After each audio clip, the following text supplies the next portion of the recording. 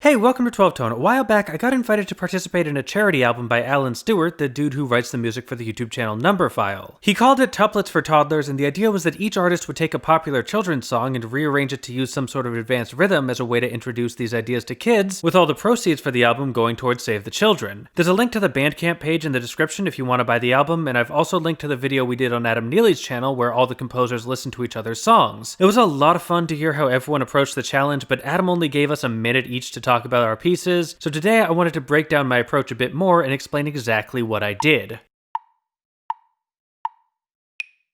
This video is sponsored by CuriosityStream. So the first step was to pick a children's song to work with, and I immediately gravitated towards Twinkle Twinkle Little Star, which you may also know as Baa Baa Black Sheep or the ABCs. It's just such a strong melody. You've got that big leap up at the start, then it just walks down the scale over and over again. It seemed like a great canvas to work with. Next I had to pick my Rhythmic Concept, and here again the choice was pretty obvious. I had to do something with Additive Meter. What's that? Well, when you're building a rhythm, there's kinda two ways to go about it. The first is Divisive Meter, the one you're probably more familiar with, where you start with a big rhythmic unit, then chop it up into smaller parts. Like you might have a jazz standard that's broken up into 4 sections, each of which is broken up into 2 phrases, each of which is 4 bars long, and each bar has 4 beats, each beat has 2 eighth notes, which if this is jazz are probably swung, and so on. The most important rhythmic structure is the entire refrain, which gets looped while different people take turns soloing, and the smaller rhythms exist to serve the needs of that larger structure. And we see the same thing in pop and rock too. There's not a clear 32 bar form that needs to be followed anymore, but meter is still usually built from the top down. How many songwriting guides have you seen that claim to tell you the correct number of bars for each section? Like intros are 4, verses are 8, the last chorus is 16, you know the type. They're decent guidelines, and if you're new to songwriting they can definitely help, but I bring them up because they demonstrate a very specific philosophy about how rhythms are built. Additive Meter, though, offers not just a new set of rhythms to play with, but a completely different rhythmic framework built from the bottom up. In Additive Meter, the most important rhythmic unit is more or less the beat. The idea is that you take a series of beats and string them together to make longer rhythms. But doesn't that get boring? I mean, you're just doing the same thing over and over, right? Well, no. The thing about Additive Meter is that the beat isn't just one thing. Okay, that sounds weird, so let's try an example. There's a famous rhythm called a tresillo,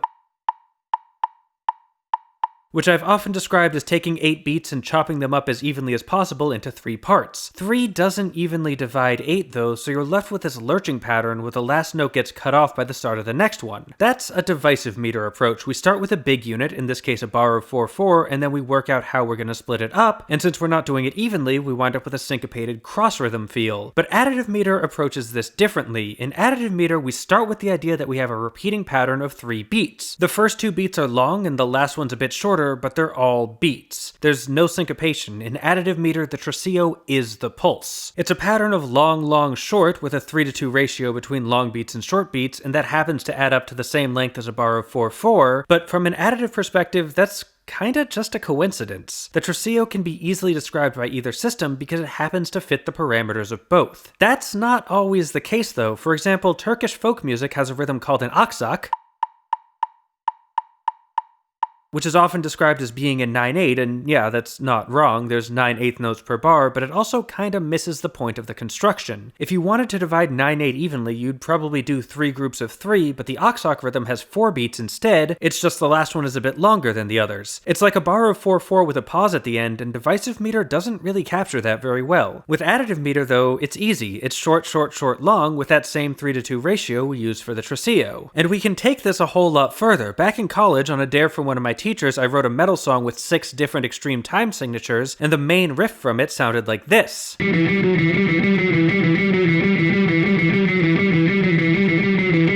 By the way, shout out to fellow YouTuber Thomas Frank for recording that for me. I'll link to his channel in the description too. But back to the riff, what's the time signature here? Well, it's a 16th note groove and there's 19 of them total, so it's 1916, right? Easy. But hey, quick question. What's the standard accent pattern for 1916? I mean, time signatures like 4/4, 3/4, or 6/8 each come with an implied pulse. Heck, that's the only reason 6/8 exists in the first place. Musicians thought the difference between this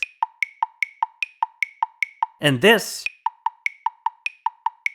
was important enough that they needed different names. You may not always follow that accent pattern, but it's always there. But for 1916, it doesn't exist. There's not an agreed upon pattern because not enough people use it. So how was I going to tell my band what I wanted this riff to sound like? Well, that's where Additive Meter comes in. Instead of trying to take 1916 and break it down into understandable chunks, I instead looked for the actual beats, and they weren't hard to find. There's this 5-note phrase, which makes up most of the riff, and then we have this 4-note one at the end. If we take these as our beats, we see it's just a pattern of long, long, long, short, like a reverse aksak. Admittedly, the ratio between our beats is different here, but if you view it as a series of 5 and 4-note chunks instead of trying to count to 19 every time, it becomes much more digestible. And this isn't just a notation thing either, this was how I wrote the song too. Whenever I wanted a new section, I didn't pick a weird time signature and try to chop it up, I just tapped out a rhythm that felt good and then counted up the lengths of the various kinds of beats. It gives you a really comfortable entry point into meters that would otherwise be pretty impenetrable. But for Twinkle Twinkle Little Star, I wanted to get even weirder with it because Additive Meter has a wild side. You see, once you're building your rhythm from the ground up anyway, you don't really need to have bars. I mean, if you think about it, what is a bar besides a point of repetition? It says this chunk of rhythm is basically the same as this other chunk of rhythm, but if we're just stringing together different kinds of beats, why do they have to be the same? Why does there have to be a bigger pattern? That's divisive meter thinking, and to be honest, it's holding us back. If we leave it behind, we end up in the realm of non-repeating additive meter, where every phrase gets its own unique pattern. It's my favorite rhythmic playground, and this is what I wanted to do to Twinkle Twinkle. I decided to stick to a 2-to-3 ratio for my short and long beats, like the Tresio or aksak, because that's the simplest execution, and this is still supposed to be for kids. Rhythmically, the original melody is super straightforward. Each bar has the exact same structure, 6 eighth notes and then a quarter note.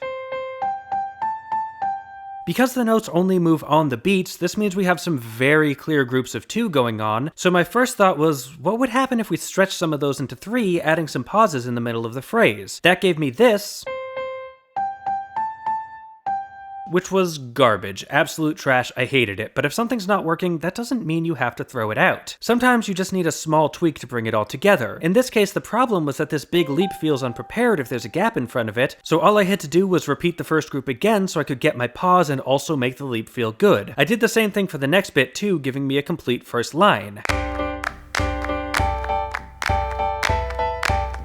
I like this because it gets longer as it goes. We start with a long beat, then a short-long combo, then short-short-long, introducing you to both our beats while also establishing that there wasn't going to be much of a pattern to them. It's walking you into the rhythmic jungle you're about to get lost in. On the next phrase, I didn't want to get too much more adventurous. After all, it was still the beginning of the song. But on the other hand, I didn't want to just repeat myself either. I settled on including a full beat of rest, something the first phrase hadn't done, but that felt like a logical extension.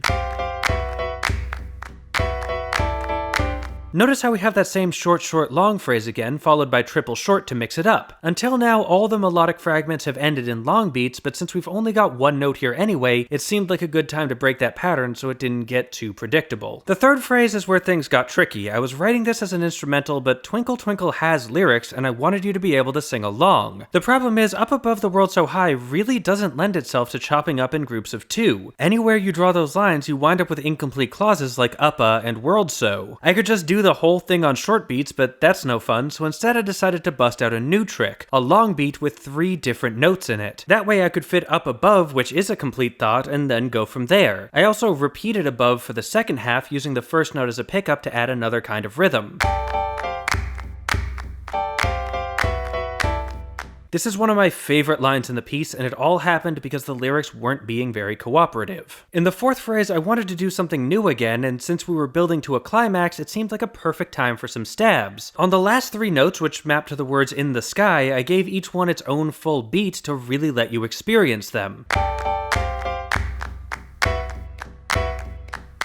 There's also a cool symmetry to this phrase. The first half, where all the notes are smushed together, is short, short, long, but then when they spread out in the second half, it's long, long, short, like a Tresio, which is the exact opposite pattern. The fifth phrase is a bit of a respite. The lyrics return to the top, so I just reused the structure from the first time around, like a little motif to help make it feel more structured and less random.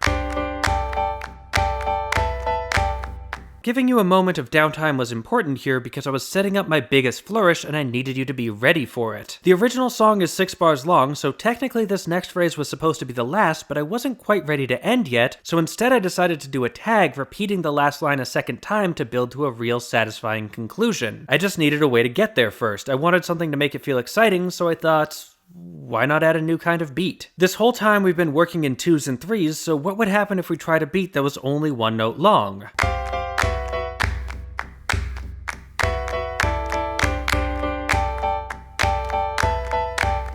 When I was recording the song, this transition was by far the hardest part, but I think it was totally worth it. It's a huge shot of energy right as everything's winding down, and it propels you perfectly back into the groove. You'll notice I followed it up with a Twinkle Twinkle motif again to let you catch your breath after that sudden jolt. And finally, it came time to end the song for real. Here, I mostly just wanted to stretch the last line out to really soak in that additive meter flow a bit longer, culminating in a final set of stabs. I even added a beat of rest inside the stabs to catch you out one last time, before dropping an oxoc in the percussion part as an homage to traditional additive meter and closing out the song.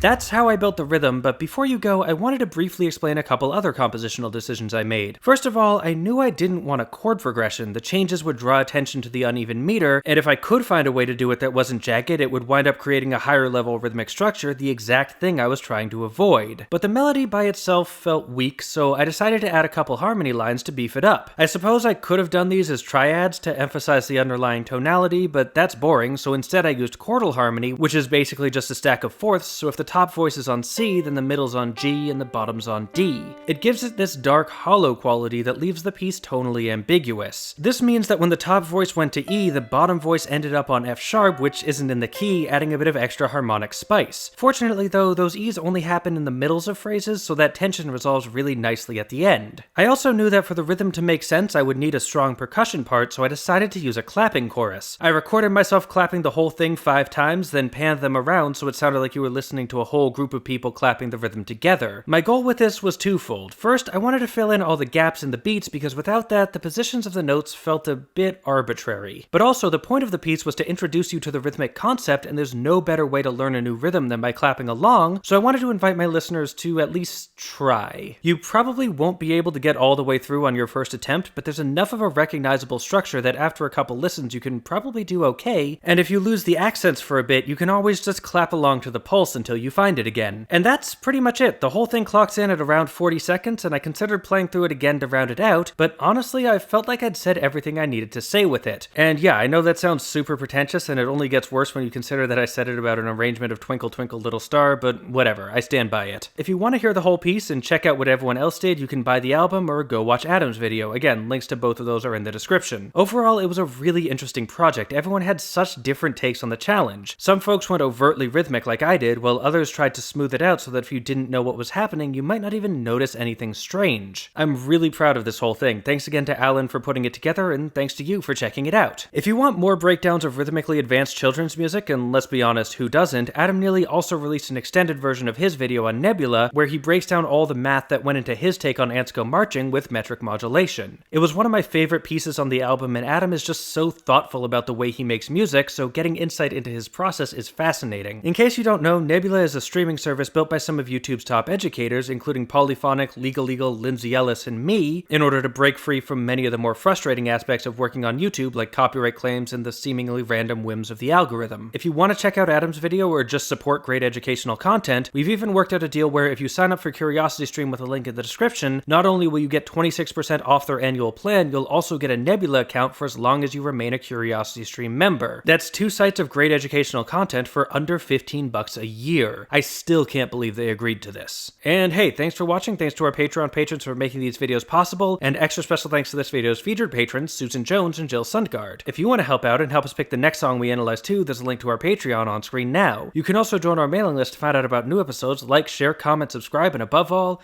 keep on rockin'.